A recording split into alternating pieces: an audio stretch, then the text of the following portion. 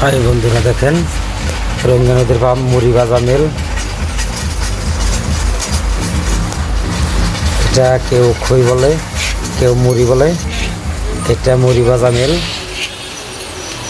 রঙ্গা নদীর পাম্প চাইরালি। দেখেন, কেউ যদি মুড়ি ভাজতে চান তাহলে আসতে পারেন। রঙ্গা নদীর পাম্প চাইরালিতে পম্মহি একটা রাস্তা আছে, এই রাস্তাতে ঢুকে চাইরালিতে। এটা মুড়ি ভাজা মিল। দেখেন কত সুন্দরভাবে মুড়ি ভাজছে। দেখেন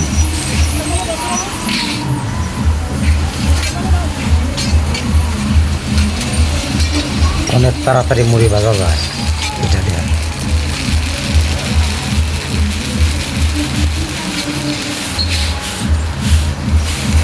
আমি 20 কেজি চাউল নিয়ে আসছিলাম এখানে।